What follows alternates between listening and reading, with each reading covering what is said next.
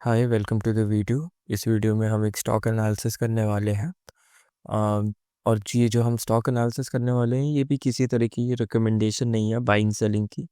आप किसी भी निवेश करने से पहले सभी रजिस्टर्ड फाइनेंशियल एडवाइजर से ज़रूर सलाह लीजिए। और ये वीडियो सिर्फ एजुकेशनल और इंफॉर्मेशनल पर्पसेस के लिए है। So let's begin. आज का जो स्टॉक है उसका नाम है द्वारकेश शुगर लिमिटेड। आगे बढ़ते हैं। तो अगर हम देखें तो ये इसका सेक्टर कारोबार देखें तो ये शुगर सेक्टर में है। और इसका शुगर से सब्सिडरी इथेनॉल और सैनिटाइजर हो जाता है। प्राइमरी इसका शुगर है। मार्केट कैप देखें तो 743 करोड़, जो इसे एक स्मॉल कैप बनाता है। और इसका करेंट प्राइस 38 मतलब 40 के आसपास चल रहा है। फेस वैल्यू इसका 1 रुपये है। और एक चीज़ है कि द्वारकेश के पास इंडिया का 5th लार्जेस्ट शुगर प्लांट है। 5th लार्जेस्ट शुगर प्लांट होने के बावजूद भी ये एक स्मॉल कैप है। तो आगे बढ़ते हैं। हिस्ट्री थोड़ी सी जान लेते हैं। ये शुरू हुआ था 1993 में 1 नवंबर को। इसका पहला नाम था द्वारा शुगर, बाद में इसका नाम द्वारकेश कर दिया था। और इसका फर्स्ट प्लांट जो सेटअप हुआ था वो बिजनौर में हुआ था, यूपी, 5 दिसंबर 1995 को। और इसके मेन प्रमोटर है गौतम आर मोरारका। और इस कंपनी ने पहली बार 2004 में 32.5 करोड़ रेस करे थे। और काफ़ी सक्सेसफुल आईपीओ था इनका। अब आगे बढ़ते हैं। मेंबर्स की बात करें तो Gautam R Morarka, Priyanka ji Morarka, R K Gupta, सलील स्वरूप, ये इनके कोर मेंबर्स बोल सकते हो आप इन्हें। अब आगे चलते हैं। ब्रांचेस की बात कर लेते हैं। ये पहली बात ब्रांचेस नहीं है, ये इनके 3 शुगर प्लांट्स हैं। इनके 3 शुगर प्लांट्स कौन कौन सी जगह पे हैं? प्राइमरी, पहले शुगर प्लांट का नाम है द्वारकेश नगर, 86 एकड़ में है, बुनकी विलेज, यूपी। दूसरा इनका शुगर प्लांट है द्वारकेशपुरम, ये बहादुरपुर विलेज, यूपी, 57.94 एकड़। तीसरा है द्वारकेश धाम, ये फरीदपुर और 72.5 एकड़ का है। मेनली सारे ये यूपी के आसपास है, क्योंकि यूपी प्रोडक्शन वाइज और एरिया वाइज दोनों इंडिया का सबसे लार्जेस्ट मैन्युफैक्चरर या प्रोड्यूसर है। तो आगे चलते हैं। अब हम स्टॉक एनालिसिस करने से पहले एक सेक्टरल एनालिसिस करते हैं कि इस सेक्टर में क्या क्या होता है। तो let's begin. India largest consumer है और सेकंड लार्जेस्ट प्रोड्यूसर है शुगर का। ठीक है। अब यूपी, जैसा हमने बताया कि द्वारकेश के तीनों मील यूपी में है, largest in production wise as well as area wise for the sugar production. ठीक है। अब इंडिया एक्सपोर्ट भी साल ब साल बढ़ता जा रहा है। अगर मैं आपको यहाँ चार्ट दिखाऊं तो आप देख सकते हैं ये प्रोडक्शन का है और ये एरिया वाइज है। प्रोडक्शन एरिया का आपको डिफरेंस पता होगा। तो अब देखो, यूपी 49%, थोड़ा पुराना डेटा है बट इसके आसपास ही है। और यूपी से ही प्रोडक्शन 46% आ रहा है। उसके बाद बहुत अलग अलग स्टेट्स हैं, Maharashtra, Karnataka, Tamil Nadu. But UP India में सबसे ज़्यादा लार्जेस्ट होल्ड करता है शुगर प्रोडक्शन का। और अगर आप यहाँ देखें, ये जो पहला चार्ट है ये शुगर की वैल्यू है कि शुगर की एक्सपोर्ट वैल्यू कितनी बढ़ती जा रही है। और यहाँ देखो, अब साल ब साल बढ़ती जा रही है शुगर वैल्यू। और ये शुगर प्रोडक्शन है कि कितना टन या कितना शुगर प्रोड्यूस हो रहा है, ये भी आप देख सकते हो बढ़ती जा रही है। ये लास्ट वाला 2022 से 23 से करेंट ईयर है, इसका भी आधा डेटा है। तो इसलिए ये हाईएस्ट नहीं है। ये मेरे अंदाजे से अगर आप देखें तो ये 6 महीने का ही डेटा है और 6 महीने में इसका 50% इनने कवर कर लिया। तो अब आगे बढ़ते हैं हम। अब हम शुगर सेक्टर में थोड़े और स्टॉक्स देख लेते हैं। तो मेन स्टॉक्स मैं आपको बता देता हूँ। EID पेरी, बलरामपुर चीनी, रेणुका शुगर, डालमिया शुगर, बजाज हिंदुस्तान, ये थोड़े मेन है, और भी हैं इनमें। ठीक है। और अभी आप देख सकते हैं जितने भी सारे स्टॉक हैं इनका लास्ट प्राइस देख लो। और ये 52 वीक के लो इनके आसपास ही हैं ये सारे स्टॉक्स। तो मतलब आप समझ सकते हो कि शुगर साइकिल लो सबसे डाउन पे चल रही है अपने। ठीक है। अब हम थोड़ा सा शुगर साइकिल कैसे चलती है, एक शुगर बनता है कैसे। तो शुगर मेनली शुगर केन से बनता है, गन्ना जो होता है। ठीक है। तो अब हम देखते हैं वो कैसे होता है। फरवरी से अप्रैल के बीच बीज बोते हैं वो सारे। नवंबर से जैन लगता है वो मेच्योरिटी होने में, मतलब जो बीज बोए हैं वो गन्ने फुल फ्लेजेड। अच्छा, एक गन्ना बनने में इतना टाइम लगता है, नवंबर से जैन के आसपास बनता है। और जैन दिसंबर मार्च वो थोड़ा ऊपर नीचे होता रहता है। तो दिसंबर से मार्च के बीच इनकी हार्वेस्टिंग होती है, और जैसी हार्वेस्टिंग होती है तो इनकी प्रोडक्शन हो जाता है शुरू। After harvesting they directly jump towards the production. ठीक है, तो ये शुगर साइकिल बता दी है हमने आपको। अब हम थोड़ा सा फंडामेंटल्स की बात कर लेते हैं स्टॉक की। अभी अगर करेंटली देखा जाए, इंडस्ट्री का एवरेज पीई चल रहा है 80, और द्वारकेश का करंट पीई चल रहा है 9, जो आप बता सकते हैं अंडर वैल्यू है। तो जिससे हमें पता लग रहा है कि ग्रोथ हो सकती है, इसमें बहुत स्कोप है। इसमें अगर हम थोड़ा और आगे जाएंगे, हम इसके आपको पैट दिखाएंगे, प्रॉफिट दिखाएंगे, एबिटा दिखाएंगे, और भी चीज़, उससे आपको पता लग जाएगी पोटेंशियल है इसमें ग्रोथ का। डिविडेंड ये अभी 0 दे रहा है, सिंस एक स्मॉल कैप कंपनी है, इसको डिविडेंड देने की ज़रूरत भी नहीं है, क्योंकि ये जो प्रॉफिट इनके पास बचता है, ये वही प्रॉफिट अपना इन्वेस्टमेंट के लिए यूज़ कर ले, ताकि कंपनी ग्रो हो, कैपिटल एप्रिसिएशन हो। ठीक है, अब हम ईपीएस की बात करते हैं। ईपीएस होता है अर्निंग पर शेयर, मतलब एक शेयर कितना अर्न करता है। ठीक है, अब हम ईपीएस से पता लगा सकते हैं कि कंपनी में इन्वेस्ट करना प्रॉफिटेबल रहेगा, कि कंपनी प्रॉफिट मेकिंग है या लॉस मेकिंग है।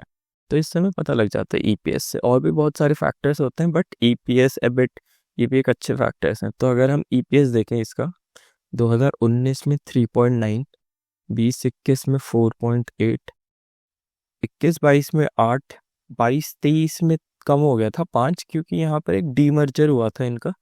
तो ये वो एक रीज़न है इनका ईपीएस कम होने का। ईपीएस अगर मैं थोड़ा और अच्छे वैल्यू में बताऊं, तो आपका एक जो स्टॉक है वो कितना प्रॉफिट अर्न कर रहा है, मतलब एक स्टॉक ने 3 रुपए बना के दिए 19-20 में, फिर एक स्टॉक ने 4 रुपए बना के दिए, एक स्टॉक ने 8 रुपए बना के दिए, फिर वही 5 रुपए बना के दिए। तो ये होता है मोटा मोटा ईपीएस। तो और 2022 अभी जो करंट है, ये पूरे साल का डेटा नहीं है, ये करंट का है, अभी और आएगा अगले साल ये पूरा डेटा हमें मिलेगा। पर अभी आप देख सकते हैं 4.5 के आसपास है। तो ईपीएस भी करेंटली ग्रो कर रहा है। और एबिट देखते हैं। एबिट होता है earning before interest, tax, depreciation and amortisation.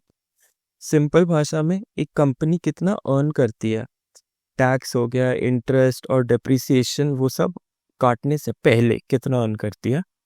तो आप वो मार्जिन्स भी इसके देख सकते हैं, 10, 11, 14, 10, ये जो मैंने आपको डीमर्जर बताया था, यहाँ ये डीमर्जर जो बताए थे ये उसका है।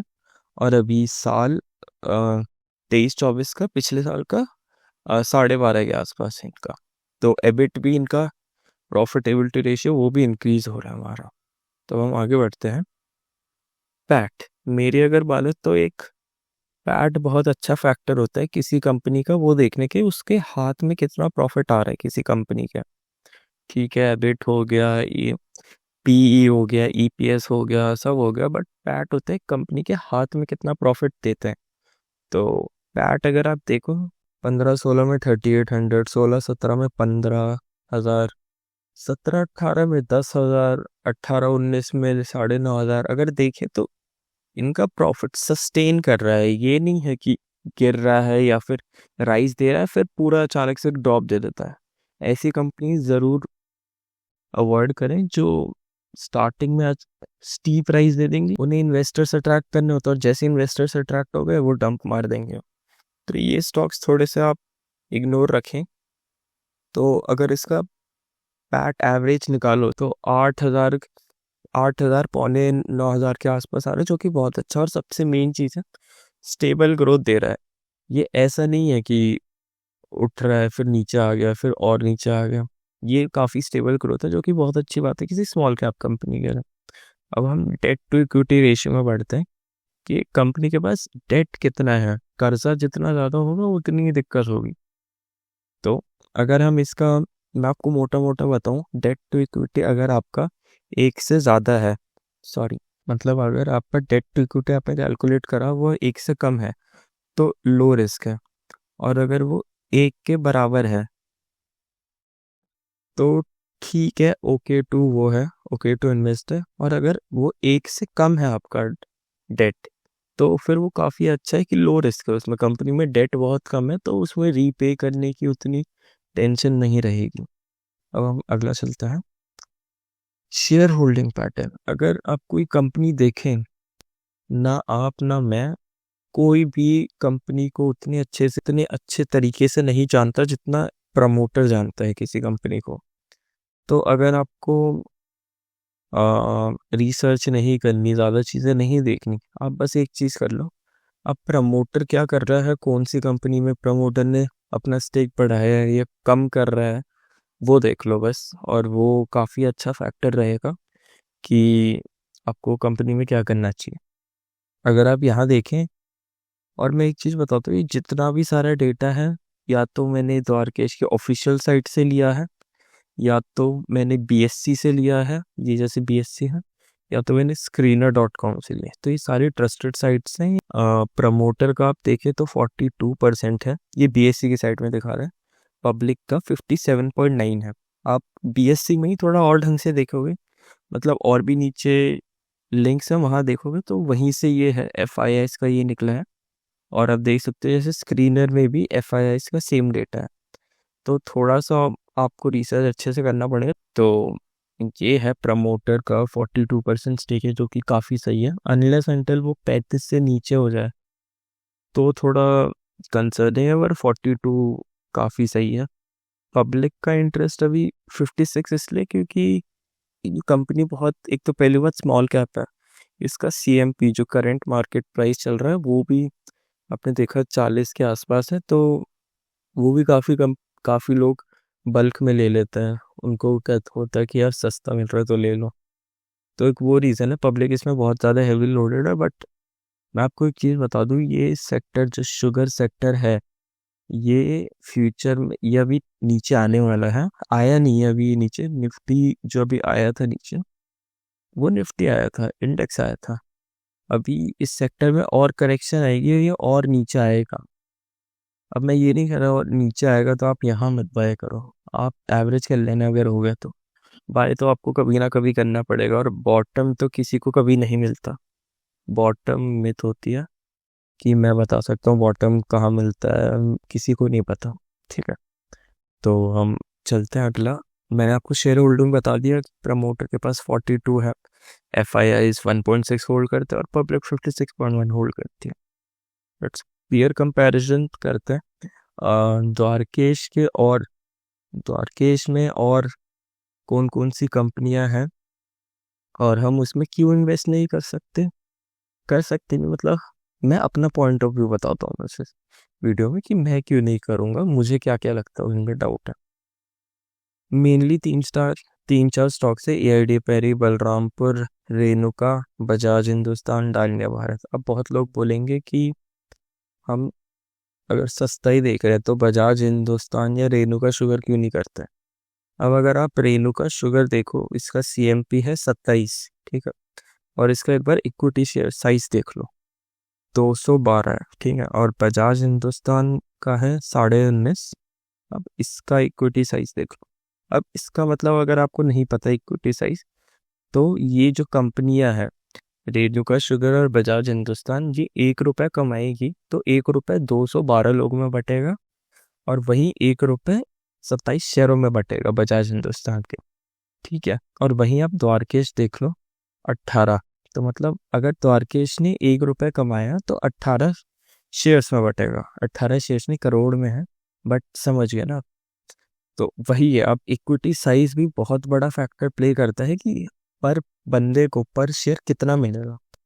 अब आपने उठा लिया रेणुका शुगर ने प्रॉफिट कमा लिया 10 करोड़ का, आपको तो मुश्किल से ही बहुत थोड़ा ही मिलेगा। बट अगर वहीं द्वारकेश शुगर ने कमाया 10 करोड़, तो आपको परसेंटेज वाइज आपको द्वारकेश में ज़्यादा चांसेस हैं। ठीक है, अब हम अगला चलते हैं। कौन कॉल ली थी इनकी एक 28 जन को 2025 की लेटेस्ट है। तो कौन कॉल में इनने क्या बात करी, इनकी टोटल इनकम हुई है इस साल 316 करोड़, फ्लैट है ईयर ऑन ईयर बेसिस में, ये ऑन क्यों नहीं है। इनका पैट जो है, जो मैं बोलता हूँ मेन चीज़ है जहाँ से मैं देखता हूँ, तो वो है 11 करोड़। और जबकि तीसरे क्वार्टर में इनका 10 करोड़ था, तो सिर्फ 1 करोड़ का इंक्रीमेंट है, वो ज़्यादा कोई बड़ी बात नहीं है। अब हम देखते हैं इनने सेक्टर के बारे में क्या कहा है। Sugar price to be stable around 4,000 quintal, और अगर अभी मैंने लास्ट जब चेक करा था तो शुगर प्राइस 3839 के आसपास था। तो मतलब 3900 के आसपास था, तो कंपनी ने बोला है 4000 के आसपास आके शुगर स्टेबल होगा। अब अगला एक्सपेक्टेड डाउन ट्रेंड, कंपनी ने पहले ही बोल दिया डाउन ट्रेंड आने वाला है शुगर में। और जैसे ही जितनी भी आप न्यूज़ देखोगे, मतलब जब न्यूज़ देखोगे आपको जब पता लगे कि शुगर नीचे आ रहा है, सारी खबरें खराब हैं, तभी सबसे बढ़िया टाइम होता है किसी भी सेक्टर में स्टॉक में इन्वेस्ट करने का, क्योंकि उससे रिटेल हट जाता है पूरा। और इनने एक और चीज़ बताई है, रेड रॉट डिजीज़ करके है, जो इनके शुगर फील्ड्स को इम्पैक्ट कर रहा है, जिससे रिकवरिंग लेवल्स भी इम्पैक्ट हो रहे हैं। तो रेड रॉट एक डिजीज़ शुगर फील्ड्स में हो रही है, तो ये भी एक फैक्टर है। सो यही ये वीडियो का एंड है। अब जो जो बताया कि फंडामेंटल्स हमने दिखा दिए, सेक्टर एनालिसिस कर दी, कंपनी के बारे में बताया, तो एट द एंड कॉल आपकी है। और कोई भी निवेश करने से पहले अपने वित्तीय सलाहकार की राय ज़रूर लीजिए। और ये वीडियो सिर्फ एक मेरा पर्सपेक्टिव है एक कंपनी का, मैंने आपको सिर्फ फंडामेंटल्स बताए हैं और सेक्टर एनालिसिस बताया कैसे होता है, और ये मेरा पॉइंट ऑफ व्यू है। और मैं गलत भी हो सकता हूँ ये पूरी वीडियो में, तो उसके लिए माफ़ी एंड थैंक यू।